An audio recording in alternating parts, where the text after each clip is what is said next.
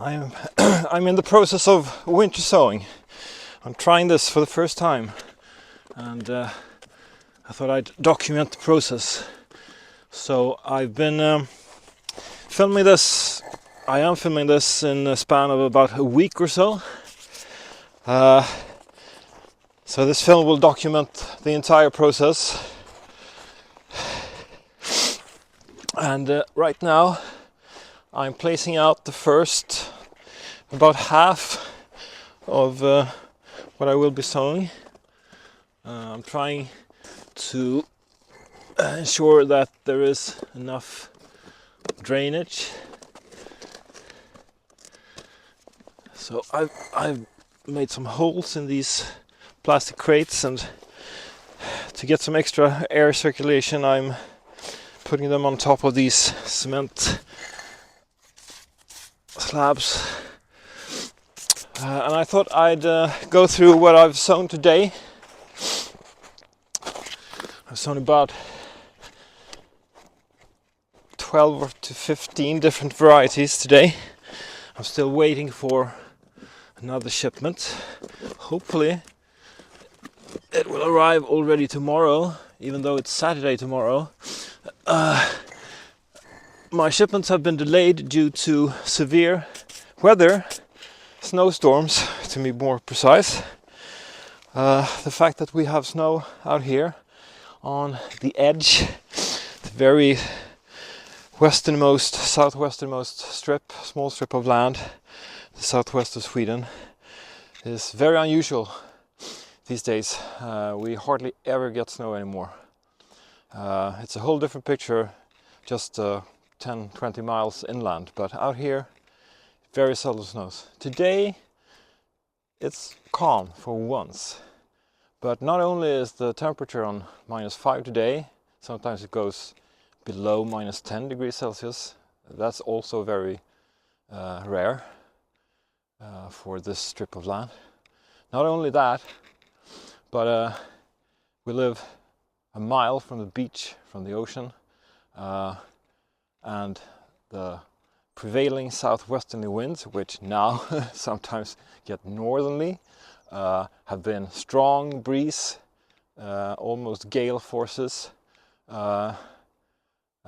upwards of over 30 miles per hour, and the amount of humidity in the air is just ludicrous. It breaks the laws of physics, actually. Cold air like this shouldn't be able to hold that much humidity. But let me tell you, the chill factor is real. I've been into the northernmost parts of Sweden, been there when it was -40 degrees Celsius. But when the wind sets in here and the humidity swells in from the ocean, it bites like nothing else. Anyway, let us continue.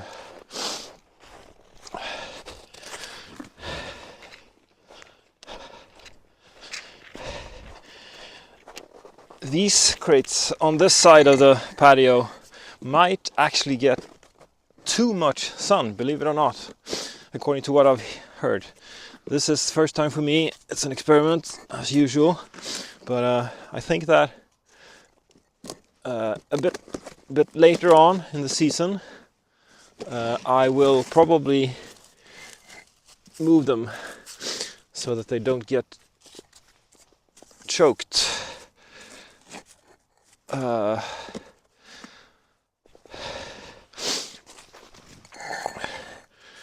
They're actually supposed to be in shade or half shade, at least until, as I understand it, at least until the climate has gotten so mild that you could actually take the lids off, at least during daytime. You're supposed to be able to just leave these out until April or something, but I'm thinking I will be babysitting them a bit more to ensure that they get the right level of air circulation and water. The biggest problem I've seen when I've researched this is that it gets too wet. Now I've pre-watered these, I've made plenty of holes, I've checked so that it doesn't get the when it rains it doesn't get too much inside, and if it should I will cover them more. So my thinking is that it's better that they keep too dry, and then I can manually keep them moist, rather than they accumulate too much moisture and it doesn't drain off, because then I can't do anything about it. I had some extra little plastic containers that I got yesterday at the store, so I used them as well. Let's see what happens. I'll just put them here for now. Okay, let me tell you what I've sown. As I said, this is about 12-15 varieties, and I will sow another 12 or 15 varieties, perhaps already tomorrow if the seeds arrive. So, in this container, it's a mixture of annuals and perennials, about half of each. I think that annuals are probably easier since they self-sow and they're used to this cycle. But I have pretty many perennials as well. So let us see what's in this one. We have cornflower, 3 different varieties actually. One called what's it called? Blue Boy. That's a new variety, I think. Then we have an old-fashioned kind that hasn't been altered in any way. And then there is a pink one called Timecodes pink. And I will show you what they're supposed to look like in a while. Okay. So there, the cornflowers are annuals, all of them. Here we have Rudbeckia, but funnily enough, this is an annual variety of Rudbeckia. It's not a perennial Rudbeckia. I have plenty of those over there, but this is actually just an annual, just because that was what was available. That was what was available when I ordered my seeds online. Then we have a Larkspur. I've hardly seen that one before, so I'm not sure. And then we have what's it called in English? Oh, it escapes me right now. Ringblomma. I will put it up on the video afterwards. I forgot what it's called in English. I put up a picture of it right now, and these are all annuals as well.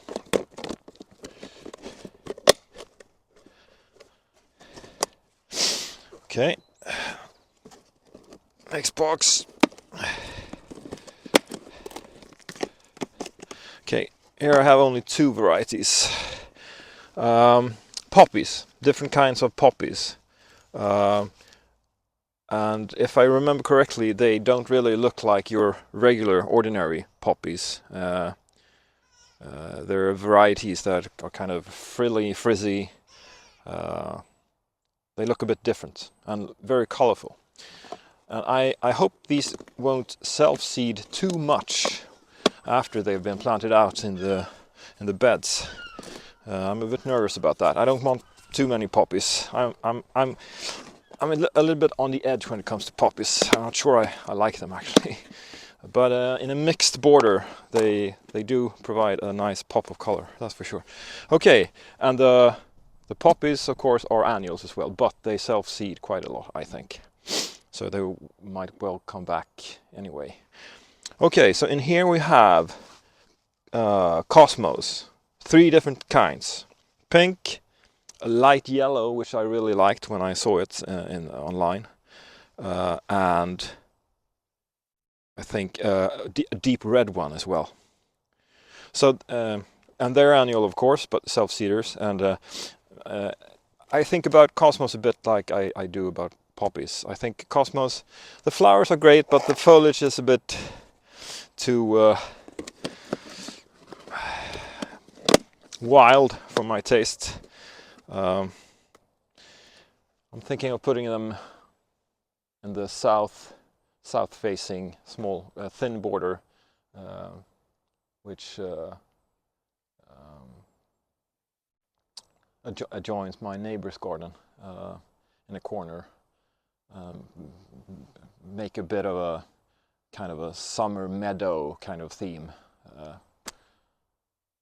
there. Okay, so I didn't mark these, and I will regret that, of course. Right now I can't remember which is which, but I do remember that I put in some extra Rudbeckia in one of them, some extra Larkspur in one, and what was the third? I'm forgetting already. Something of those that I've already sown. So actually these were mostly, almost exclusively annuals actually. Yeah, that's right. So the perennials will come in a day or two. Yeah.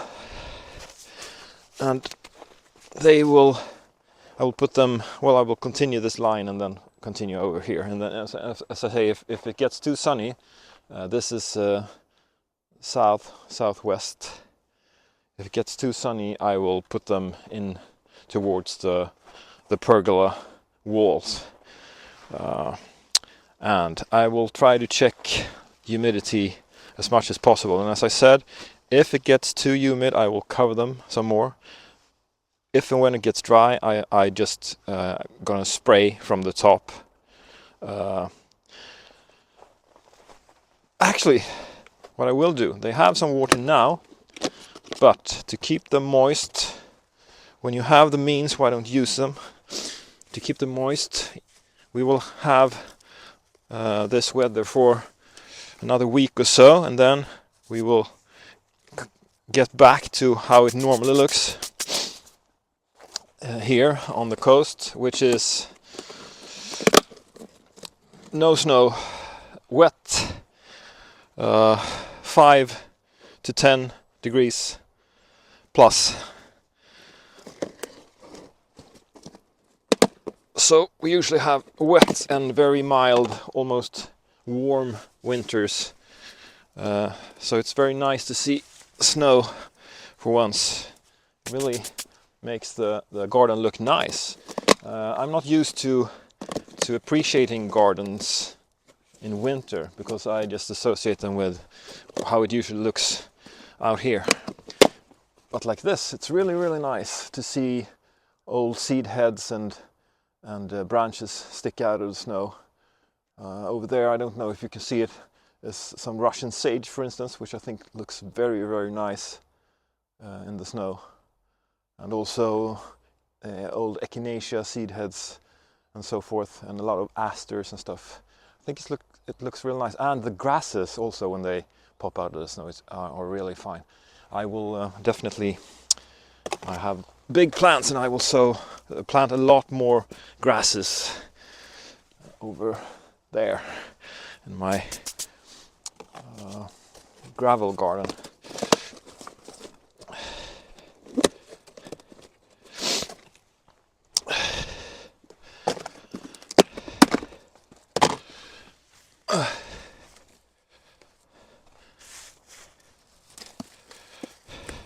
And actually, I'm very happy that we got this cold snap, and that was actually what inspired me to do this, because these plants, they need, I've heard, cold stratification. That is, they need a bit of cold to start their germination. And so this is the time when they actually are going to get that. The rest of spring will probably, late winter and spring will probably not give them that. Well, maybe. I'm not sure how cold it has to be.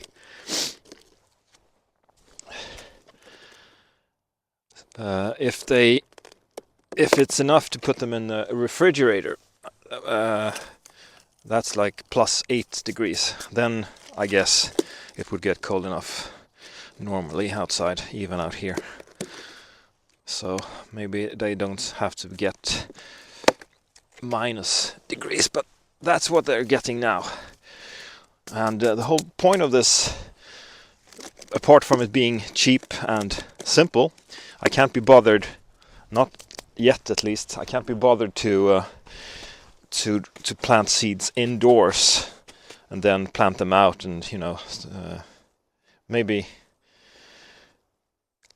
sometime, but that's too much fuss for me. So it's cheap, and the plants, they get really hardy. It's the survival of the fittest. They don't need to be hardened off in the spring. They're gonna be hard enough if and when they sprout. So I like the idea very, very much. Okay, that's all for today. Continue soon.